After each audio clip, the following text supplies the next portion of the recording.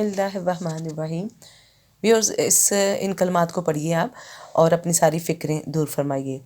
حضرت ابو سعید خدری رضی اللہ تعالیٰ عنہ سے روایت ہے کہ ایک شخص نے عرض کیا، یا رسول اللہ صلی اللہ علیہ وآلہ وسلم، مجھے بہت سے افکار اور قرض نے گھیر لیا ہے۔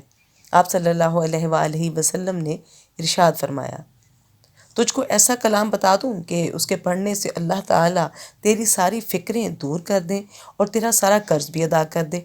اس شخص نے عرض کیا، بہت خوب۔ فرمایا، صبح یا شام یہ کلمات پڑھا کرو۔ بسم اللہ الرحمن الرحیم، اللہم انی اعوذ بک من الہم والحزن واعوذ بک من العجز والکسل واعوذ بک من الجبن والبخل واعوذ بک من غلبۃ الدین وقہر الرجال۔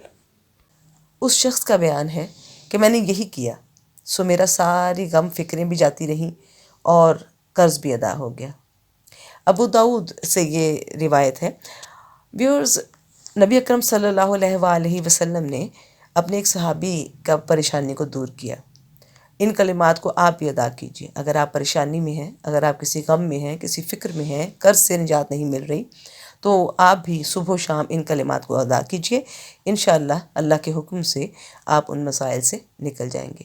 اپنا بہت سارا خیال رکھیے گا۔ اللہ حافظ۔